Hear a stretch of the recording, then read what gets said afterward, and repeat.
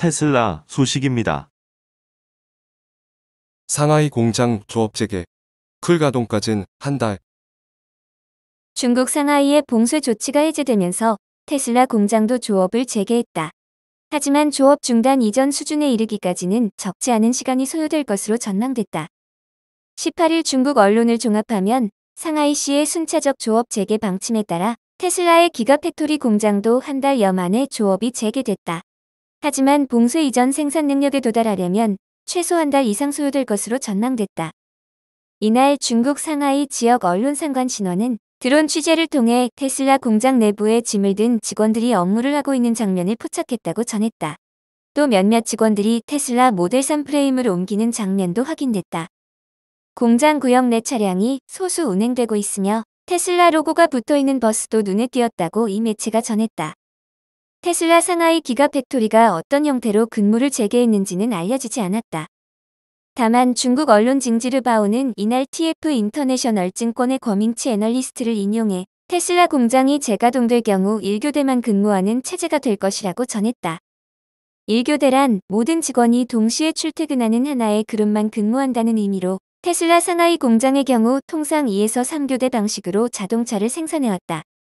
또 테슬라 상하이 공장의 예비 부품 재고 수준은 약 2.5주에 불과하며 빨라야 5월 중순에 상하이 봉쇄 이전 수준으로 회복될 것이라고 예상했다.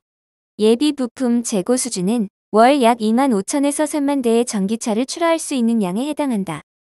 이날 중국 언론 재민신원과 인터뷰한 테슬라 상하이 공장 내부 직원 역시 여전히 준비 중이라고 밝혔다. 앞서 16일 상하이시 경제정보화위원회가 666개 주요 기업의 조업 재개 보장을 선언하는 가이드를 발표했지만 실제 공장을 운영하는 기업들의 봉쇄 이전 수준 회복에는 한 달 가까이 더 소요될 수 있다는 의미다.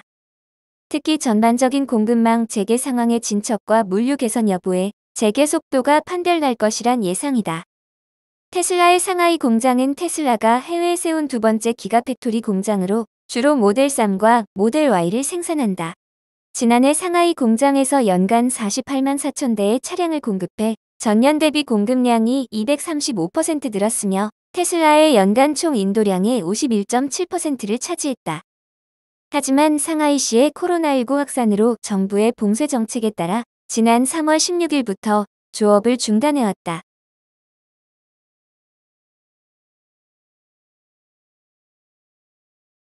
애플 소식입니다.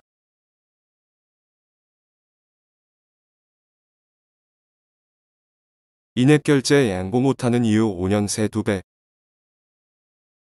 애플리케이션 마켓 사업자인 구글과 애플의 인앱 결제 등 서비스 사업 매출이 지난 5년간 급증하면서 새로운 캐시카우 역할을 톡톡히 하고 있는 것으로 나타났다.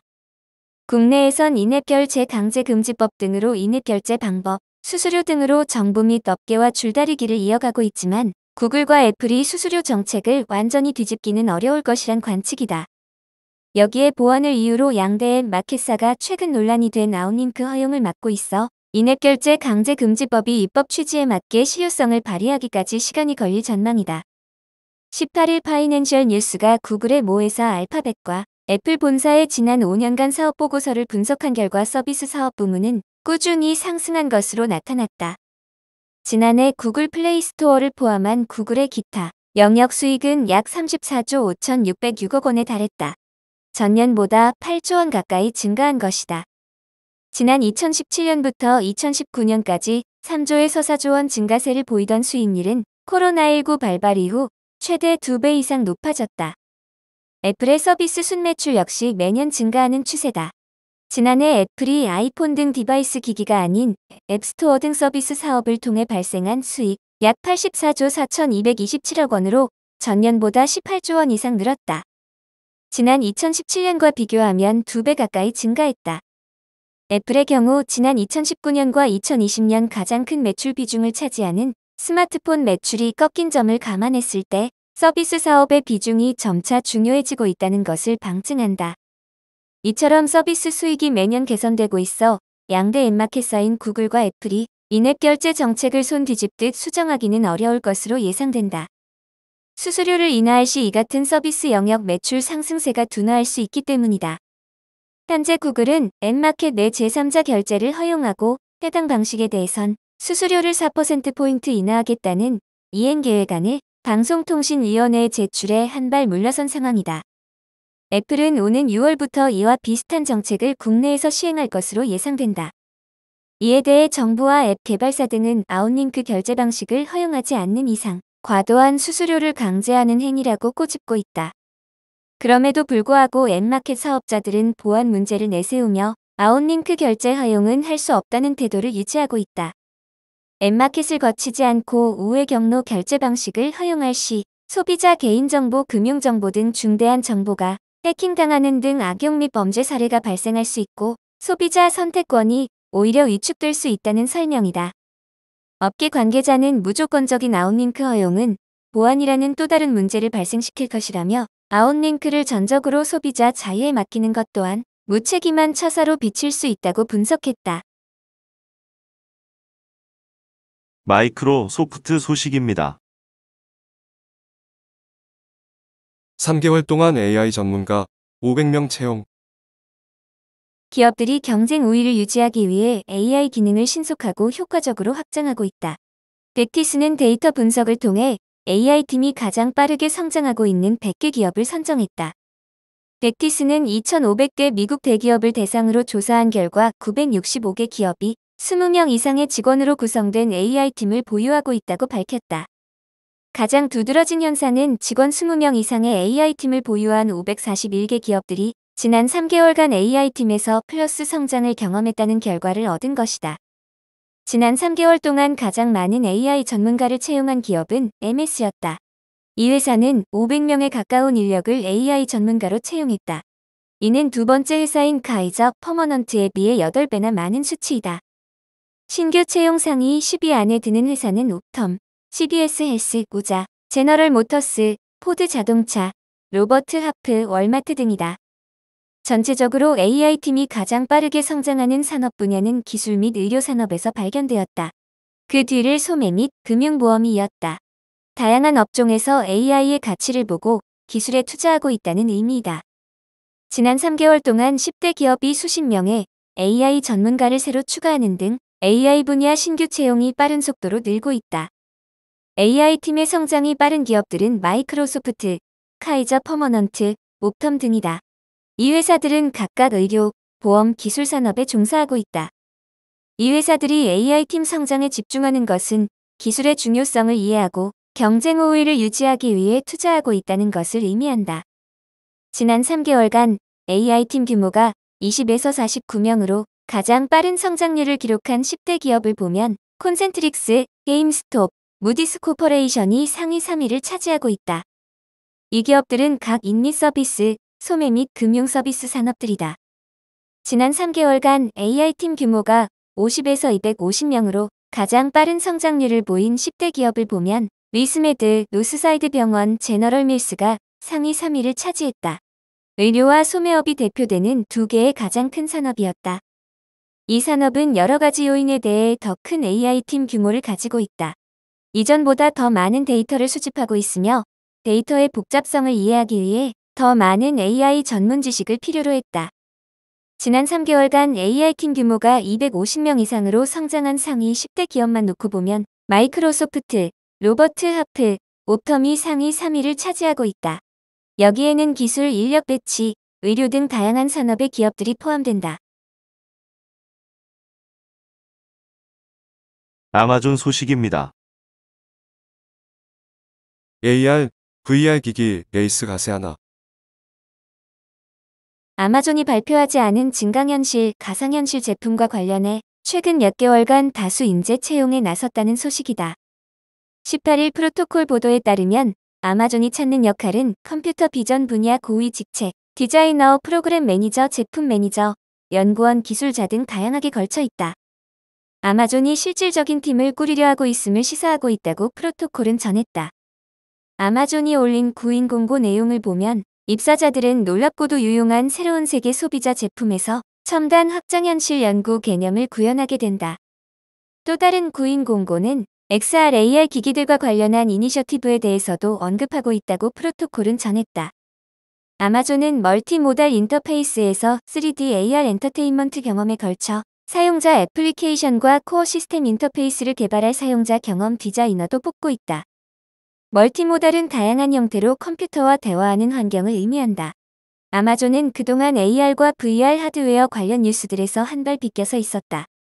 구글, 메타, 마이크로소프트, 스냅은 AR 및 VR 기기들을 내놨었거나 제공 중이고 공식 발표된 것은 아니지만 애플도 자체 AR 글래스를 준비하고 있다는 것은 이제 기정사실로 통하고 있다. 아마존도 스마트 글래스인 에코 프레임을 제공한다. 하지만 이 제품에는 현재 시각과 관련된 부품은 탑재되지 않은 상황이다. 이런 가운데 아마존이 구인 공고에서 놀랍고도 유용한 새로운 세계 XR 소비자 제품과 관련한 프로젝트라고 설명한 것은 이 회사가 새로운 제품 카테고리를 만들려고 하는 것일 수도 있다고 프로토콜은 전했다. 프로토콜 보도에 대해 아마존 측 공식 입장은 아직까지 확인되지 않았다.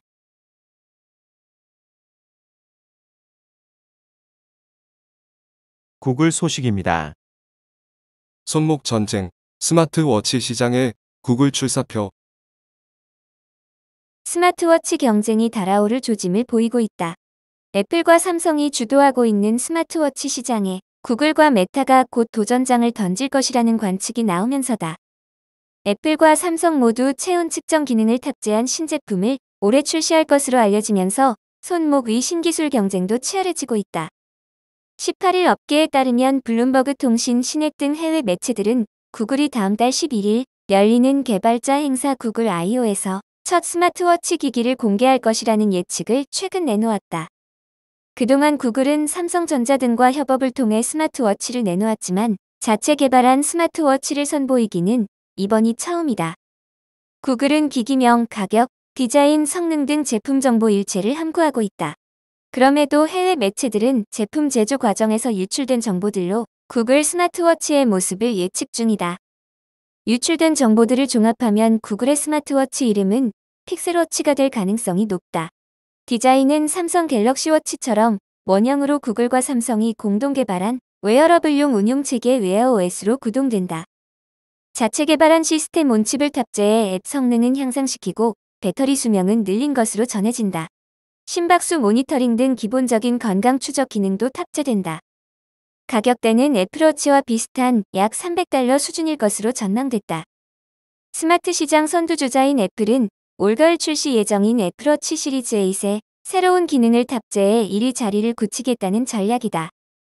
체온 측정 등 새로운 건강관리 기능과 위성 연결을 통한 긴급 문자 메시지 기능 등이 추가된다. 또 여성 건강관리, 맥박 감지 기능 등도 강화된다. 저전력 모드도 추가돼 배터리를 절약할 수 있다. 애플은 익스트림 스포츠 활동을 지원하는 스마트워치 모델도 내놓을 계획이다. 다만 기대를 모았던 혈압 혈당 센서는 제외된다. 직원을 대상으로 테스트를 하던 중 정확도 문제가 발생한 것으로 알려졌다.